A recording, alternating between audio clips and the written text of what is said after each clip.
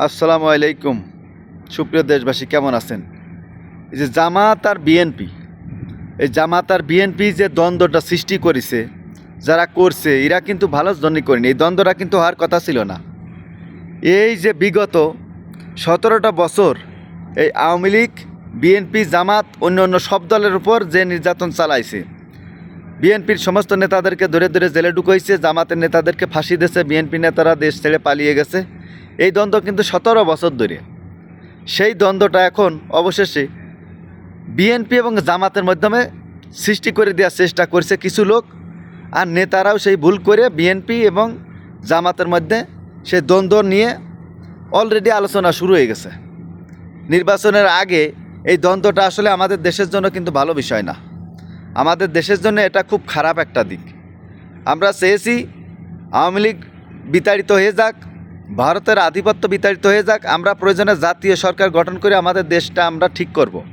কিন্তু এই নির্বাচনের আগে এই যে দ্বন্দ্ব, এই রাজাকার কথাটা আবার উঠে নিয়ে আসে আওয়ামী লীগের মতো, আবার এই যে বিএনপি জামাতের মধ্যে যে দ্বন্দ্বটা সৃষ্টি করতেছে, এই দ্বন্দ্বটা আমাদের দেশের মানুষের জন্য আসলে ভালো কিছু বয়ে আনবে না। এই নতুন বাংলাদেশে আমরা পুরনো সমস্ত স্মৃতি ভুলে গিয়ে বিগত 17 বছরের যে নির্যাতনের কথাটা যদি আমরা চিন্তা করি, তাহলে কিন্তু নিজে আর একজনকে শত্রু ভাবার সুযোগ নেই। শত্রু একমাত্র আওয়ামী লীগ, শত্রু একমাত্র আওয়ামী লীগ। সে আওয়ামী লীগ এখন দেশে নাই। এখন এই আওয়ামী লীগ মানে বিএনপির কাছে যায়, এই জামাতের কথা বলবে যে তোমরা ওদের বদনাম করো, আর এদের কাছে বলবে তোমরা ওদের বদনাম করো। এই যে শত্রুতা সৃষ্টি করে দিল, এই শত্রুতা কিন্তু আমাদের দেশের ভালো কিছু বয়ে আনবে না। দেখেন, বিগত 17 বছরে বেগম খালেদা জিয়াকে যেভাবে নির্যাতন করে জেলে ভরে রাখছে, তার ট্রিটমেন্ট করতে, চিকিৎসা করতে দেওয়া হয়নি। সেইখানে সেই বেগম খালেদা জিয়া আজকে অসুস্থ হওয়ার কারণে পুরো জাতি, পুরো দেশের মানুষ বেগম খালেদা জিয়াকে দেখতে হাসপাতালে যাচ্ছে, তার জন্য দোয়া করতেছে দল মত নির্বিশেষে। আমরা এটাই চাই, আগামী নির্বাচনের পরেও আমরা এরকমই কিছু চাই যে মানে যত কিছু হয়ে যাক, আমরা একে অপরকে শত্রু মনে করব না।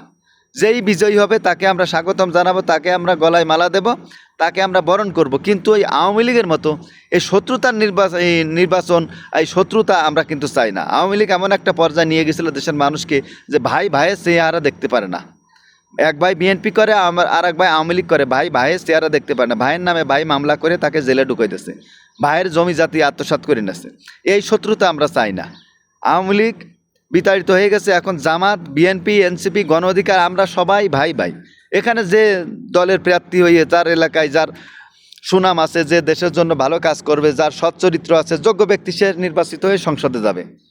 যোগ্য ব্যক্তিকে ভোট দিতে হবে, ব্যাস। আমাদের মূল একটা কথা থাকবে, যোগ্য যে ব্যক্তি তাকে ভোট দিতে হবে। অযোগ্য কোনো ব্যক্তিকে সংসদে পাঠাবে না। ওই মমতাজের মতো, ওই সাকিব আলের মতো যারা রাজনীতি বোঝে না, তাদেরকে, মাশরাফির মতো তাদেরকে সংসদে আমরা চাই না। আমরা চাই যোগ্য প্রার্থী। সমস্ত দলের যোগ্য প্রার্থীরা, যোগ্য ব্যক্তিরা ভোট পেয়ে সংসদে যাক, নির্বাচনে করুক, দেশের জন্য কাজ করুক, দেশের মানুষের জন্য কাজ করুক। আমরা এটাই চাই, আমরা কোনো শত্রুতা চাই না। যে ভালো কাজ করবে, ভালো যার চরিত্র, সে সংসদে যাবে, যে দলেরই সরকার হোক। এই যে রাজাকার বলে আবার যে জামাত ইসলামের সাথে বিএনপি যে দূরত্বটা তৈরি হয়েছে, এই দূরত্ব যেন আমরা না করি।